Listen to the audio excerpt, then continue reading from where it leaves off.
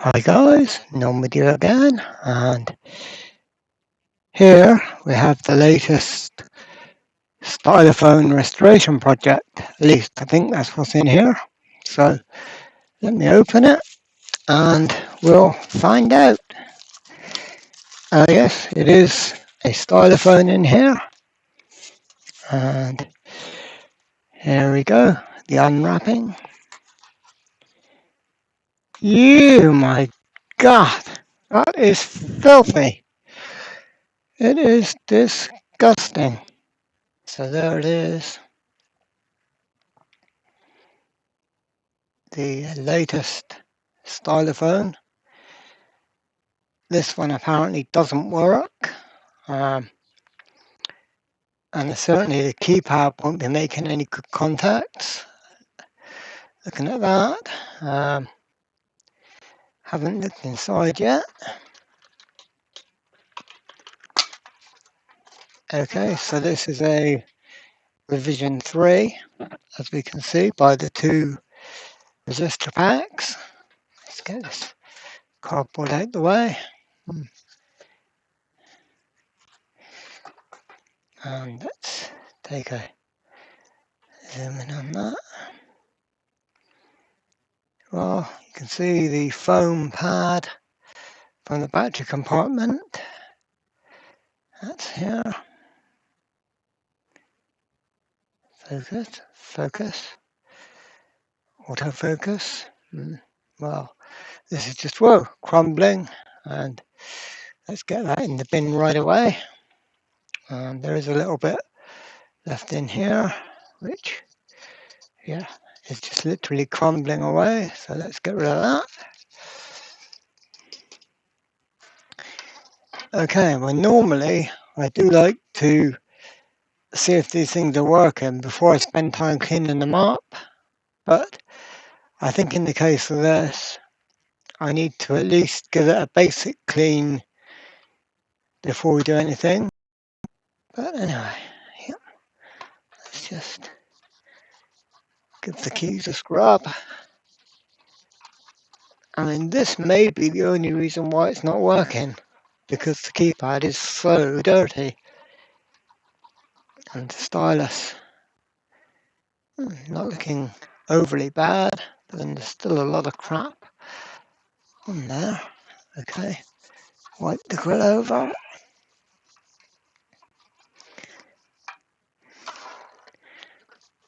Okay, well, that's certainly better. I'm not scared of touching it now, so that's a good thing. We're certainly going to need some IPA on these keys, I reckon. Where's that? Let's just give it some of this. Let that soak in.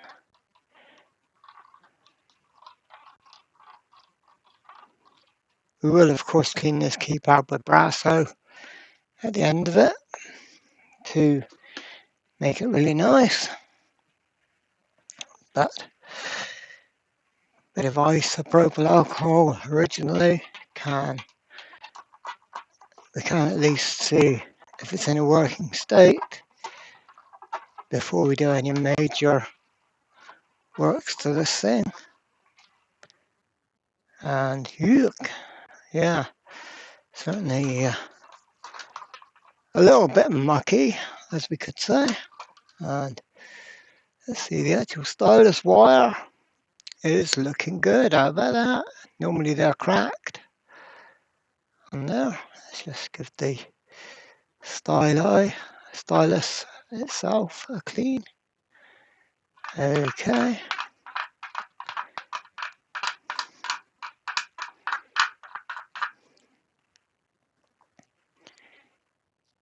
Well, I reckon that's good enough to make a note. And the keypad now is looking a lot cleaner. And so let's now stick a battery in this and see what it's doing. Okay, pause.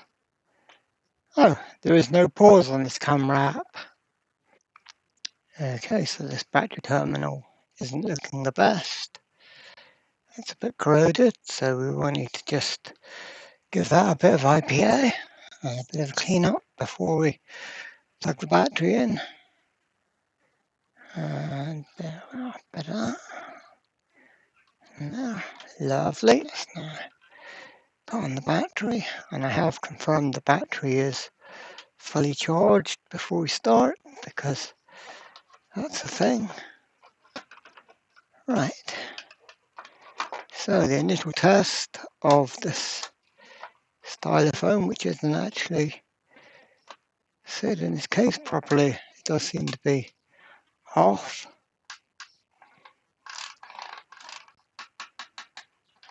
No,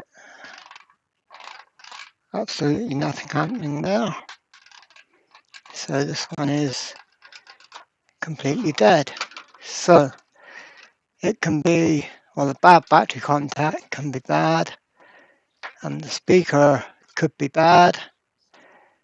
Yeah, the speaker is not really in properly.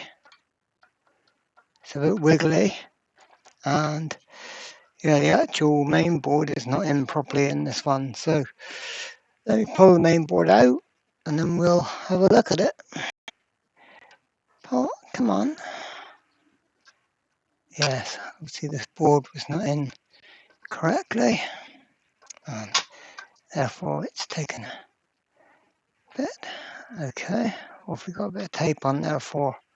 Oh, the stylus wire is completely disconnected, held in with a bit of tape. Well, that doesn't help. Okay, well, that will need to be soldered in place before this thing works again.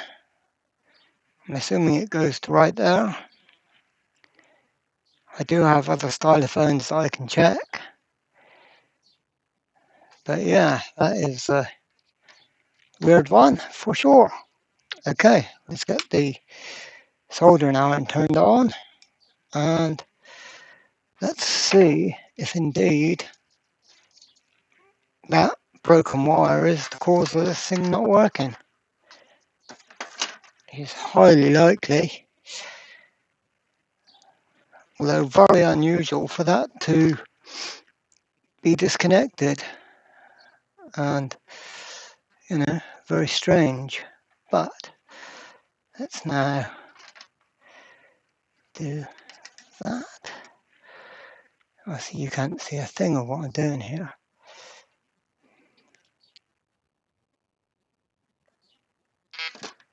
Oh, yep.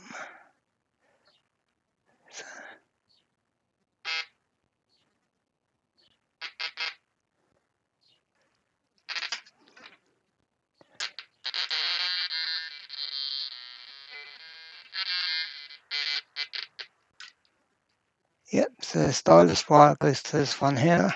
And so the speaker is good in this one, which is one thing. But let's just pull it out and have a look. Well, yeah, dust as usual,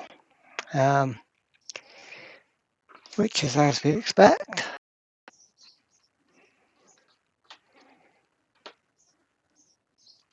And that should be held quite tightly, and it is. So that's good. Solder that. That's nice. And now we need this wire.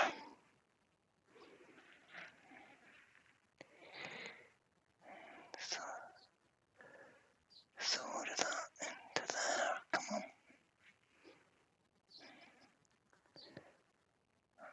Okay, not perfect, but it'll do. Just have a closer look at that. Yep. I've certainly got it, and it's solid. So let's now, again, before we do anything else, let's just check it.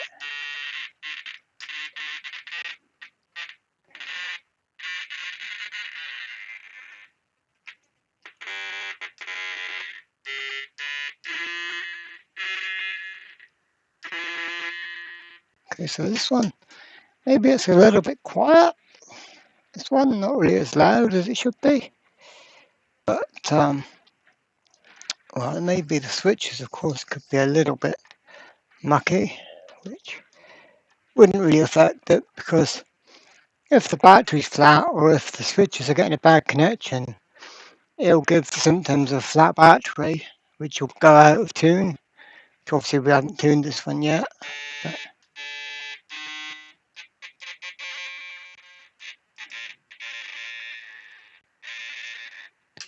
okay, so I think the next thing to do is to get the Brasso Great Britain's #1 metal polish, and we'll give that keyboard a wipe over and the stylus, and that should make it play a heck of a lot better. So let's now disconnect the battery and get the board somewhere where we can apply a little bit of pressure to it. Okay, that's not bad. And let's get some of this wadding out. Here.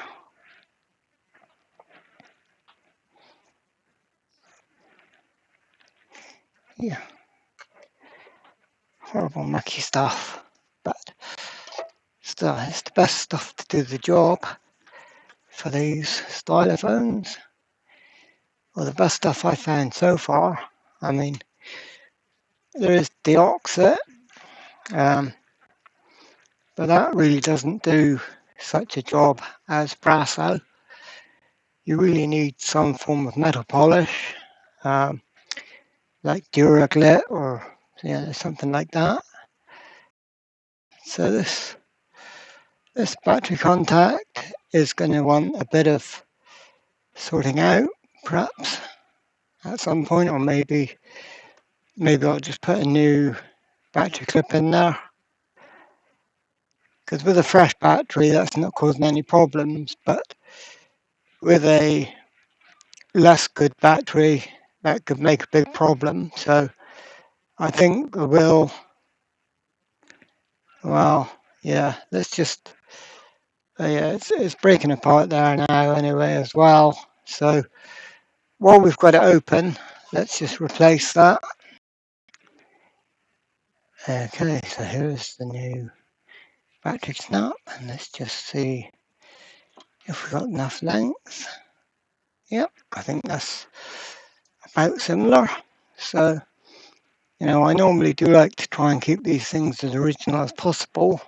And so you would really try and clean up this old battery contact, but this one's in such a bad state that you could probably clean it, but it just wouldn't be completely reliable. So in that case, we're going to put in a new one, and these new ones are just cheap crap from China, but they do work. So let me just get this now soldered in, and then we'll put the old thing back together. Right, so red at the top, and this soldering iron may not be big enough to do the job. Yes, it is. Okay. Let's get the black wire on the bottom. That's all we've got to remember. Red wire at the top, black wire on the bottom, and red to the top. Just check we're in focus, and we are.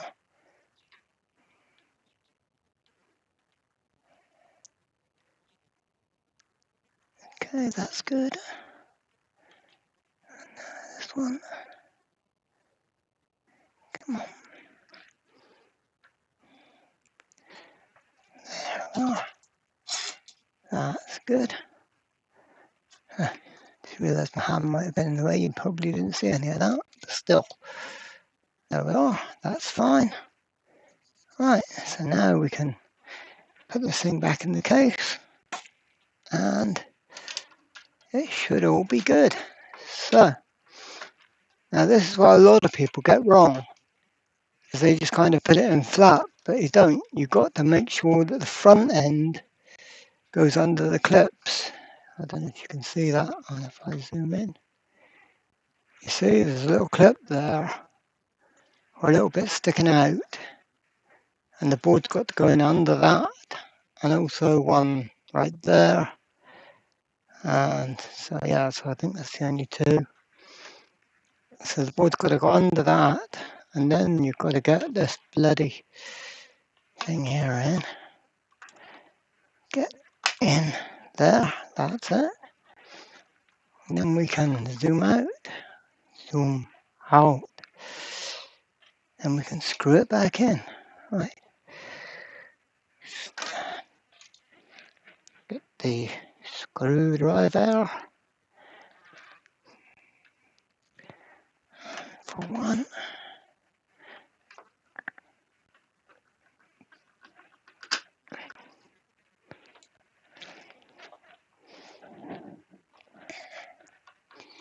I have to say I do quite like this Filmic camera app.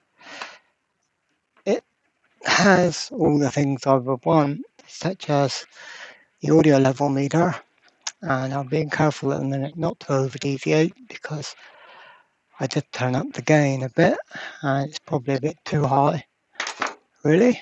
But the only bad thing about this app is all the nag screens that keep popping up.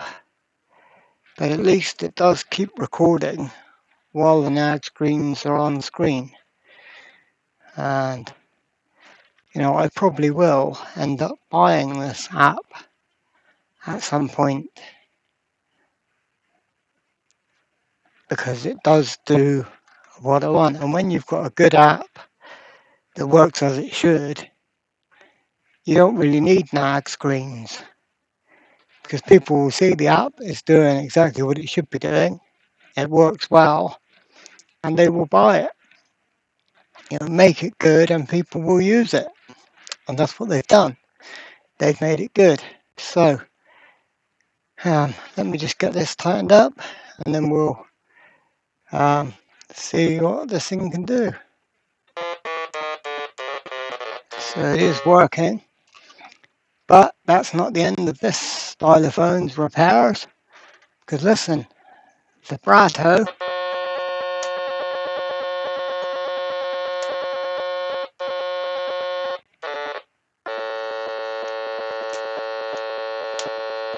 The vibrato isn't working. And I'd never before seen the stylus wire become unsoldered and be held on with a bit of tape. Now that's one of the most weirdest fixes I've ever seen. The stylophone wire held on, the stylus wire rather, held on with a bit of tape. But that's the way it is. And it just occurred to me that I may have resoldered that back in the wrong place, and that may be why the vibrato isn't working.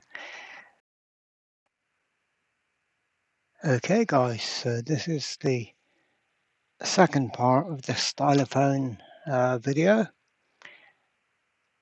This may be a separate video, or I might just incorporate it into the one. I do not know yet. Certainly in the first part of the video, I know the mic gain was up too much, so it's probably overblasting on that one. So apologies about that. But what I found in the last video was that the vibrato didn't work. And I suspected that I may have attached the stylus wire to the wrong place.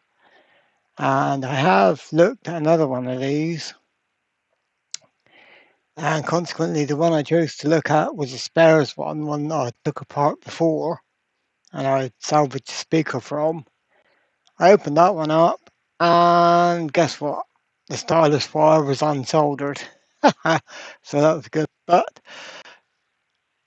anyone who knows me knows I've got bloody hundreds of these stylophones. Well, not hundreds, but plenty.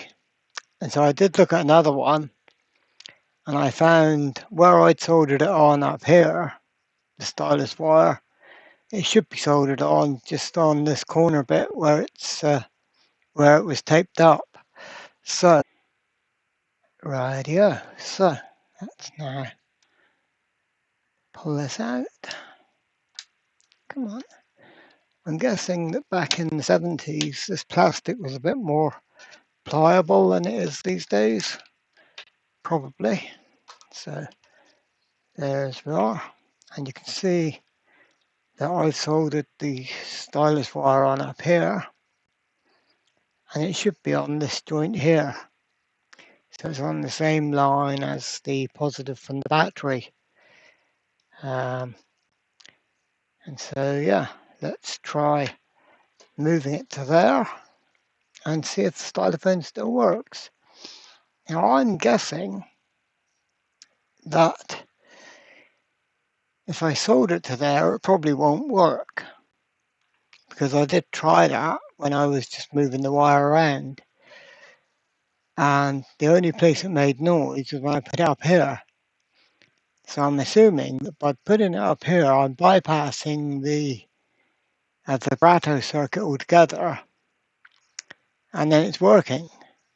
And so if I solder it on back down here and it doesn't work, then it means we need to investigate the vibrato circuit.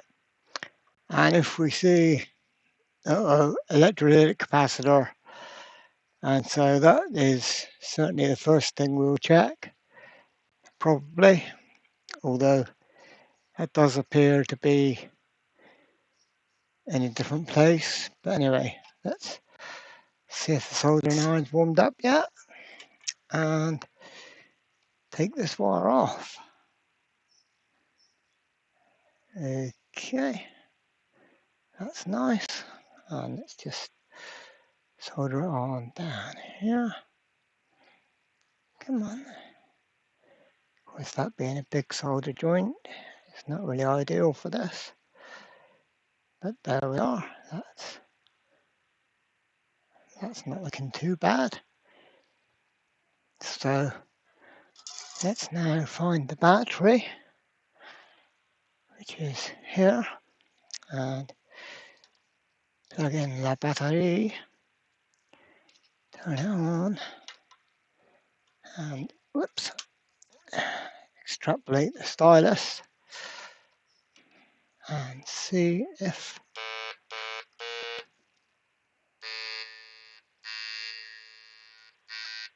okay.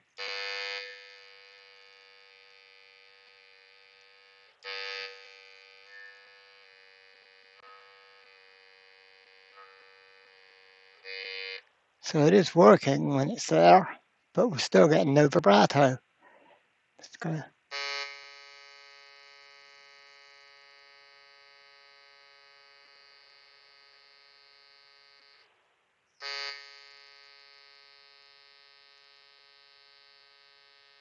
Okay, so the first thing I'm going to do, I'm just going to change that capacitor anyway, because although it's not domed and it doesn't look terrible, it's an electrolytic capacitor from the 70s, so it's got to be changed out anyway. So let's change that out as the first thing, and then we'll have to investigate. Maybe it's this green transistor, or maybe it's not. Well, okay, only one way to find out. All right, what's the bets? Is it going to be good or bad? Well, we all know it's going to be bad, but let's try it. Look at the camera, see if you can see, and I can't even see it in the camera.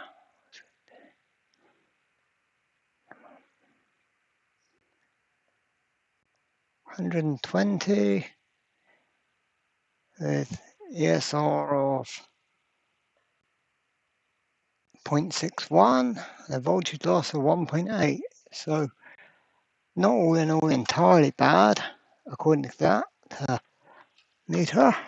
So let's now bring in the dedicated capacitor tester, and of course we would really want an ESR meter or a leakage tester to do it properly. But let's see what this one says. Come on.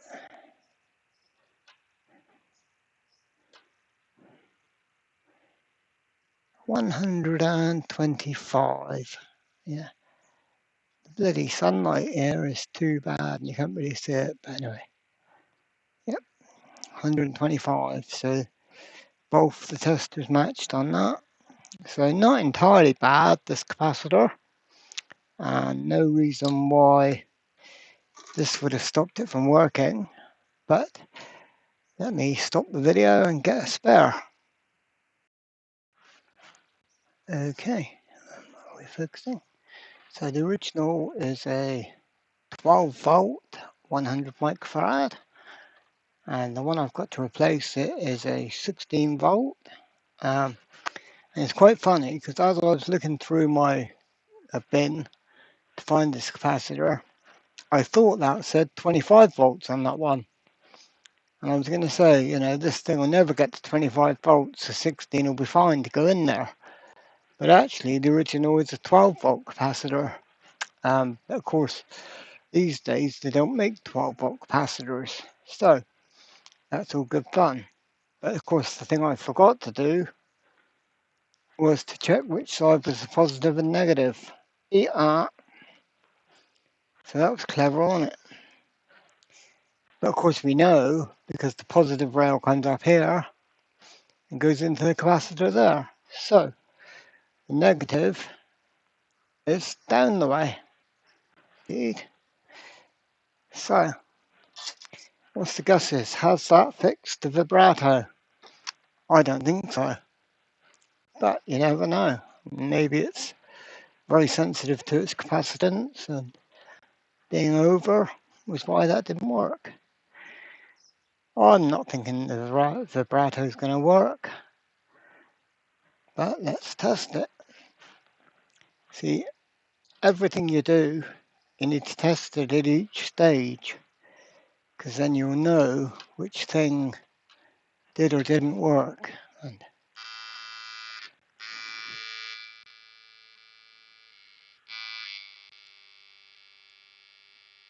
still no vibrato. Okay. So we can really follow up from where the vibrato switch goes. It's on this wire. And that's over, and down to there, but that's been cut. So follow along here. Hopefully this is in focus. And up here, so the vibrato circuit is actually at this end. Okay, so there's a scrapper board, which I have already used all the transistors off of. I took them all off to test in other things. And this resistor looks to be the same sort of colours. Well, of course it is, because it's the same resistor doing the same job. But what I mean is, it's just as hard to see. So it's like, looks almost like red, black, blue. Well, red and black would be 2, 0. And let's just see what this one reads then. That's reading overload as well. It's never a mega ohm resistor, is it? Okay, so when things get serious, the serious meter comes out. This is the Fluke 8060A, which is a very nice meter. And this is measuring them at approximately, let's see, 10 megs. Yep, 10 meg ohms. And this one's reading 10 meg ohms. So that's what it is. And it would be brown, black, blue for that, which is kind of brown. It looks like red. I don't know. Anyway, yeah, brown, black, blue. Anyway, we're reading the same on this one, 10 meg. Whoops. And we're reading almost exactly the same on this one. So we know that resistor is not a fault. So that's one good thing at least. Yeah, when those two are connected, that bypasses vibrato. So let's have a look at these two. let's say there and there.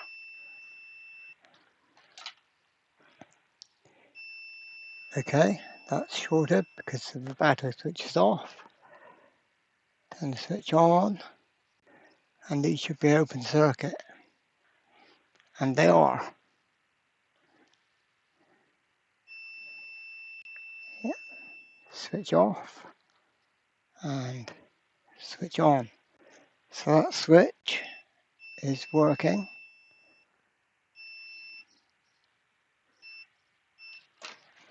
But there's something in the vibrato circuit not playing ball. And you would suspect that transistor, but that tested okay. Let me just double check that. Yep, 0.7 from there to there. And should get roughly the same from there to there. Yes, 0.69. So you would say that that transistor is good. But this thing's confusing me so much, I don't even know what I'm talking about now. Okay, so I've finally got this one figured out with the vibrato. And the problem was I was testing voltages against this board, which is basically had all its transistors removed. So that wasn't giving me proper readings that I needed. And so then I got another revision 3 out of my spares box. This one is working, and I tested all this area, and this tested the same as this one. But then I got to this transistor. Is it focusing very well on this? Well, there we are. This transistor, and it was giving a bit strange readings compared to this one. Now, this one is a Motorola part, and it's a, what is it? I can't remember now. Well, it's a 9808. I think like SPU 9808 or something on that one. This one just has the Stylophone color code on it, which is like blue, grey, blue. It's not going to ever focus on that, but yeah. So that's blue, grey, blue. I have got somewhere, I did list what all these transistors were. So I need to make a comparison picture, and I need to point to all of these transistors and say what they can be. Because you'll notice in some of these transistor spaces, you've got 4 holes. If I zoom into that, can we see? Oh, my big dummy load's in the way. Where are we? Yeah, focus. Yeah, so you see you've got the 4 holes there. And this end hole, where is it? Where am I? Where's my finger? Yeah, so the end hole isn't used. Well, that's for if you use the different type of transistor. It goes in the other way around, and it uses the first 3 holes, and the 4th one is left empty. You see? Now, on this middle one, there is only 3 holes. So I'm guessing they use the same transistor pinout on all of the transistors for that one. And I think if we go across to this one again, yes, so they got the 4 holes. So if they could get a batch of these, which are, what are they, 339 Motorola transistors. I guess if they could get a load of those cheap at the time, they would put them in. But they have provision for the other type of transistor if they could get those cheaper. And so that's really, let's zoom back out and focus. And I think that's what they done when they were building these. They just used the cheapest components they could find. I mean, again, if we look at the capacitors in this one, we've got all sort of Mylar capacitors. In this one, we've got sort of polyester capacitors or whatever these are. And then in this one, we've got different capacitors again. Some sort of mylar and some sort of poly-dipped, sort of coloured ones, you know. So whenever you're repairing one of these stylophones, it's not critical what capacitors you use. And so, yeah, I was testing it, and this transistor, as I said, was giving me bad readings, or like weird readings as compared to the other one. And I hooked the tone generator up to both of these, and with the tone generator turned off but hooked up, turning the tone generator up and down made weird noises come out of these, which is a bit weird. But this one was making nice clean tones, and this one was making like raspy tones, not very good. So that was where we got to, and then I tested it, and the vibrato on this one is now working. And so I think I will have to replace that transistor at some point. But if we can turn this over now and check it, here we are. Definitely got vibrato. Well, guys, anyway, so that's interesting. This transistor now has sort of come back to life, it seems, and the vibrato is working. And so, yeah, thanks for watching, guys. Join me on the next Stylophone video, which you know there's going to be another one coming up at some point. I just can't stop buying these stupid things. There we are. Thanks, guys. Bye for now.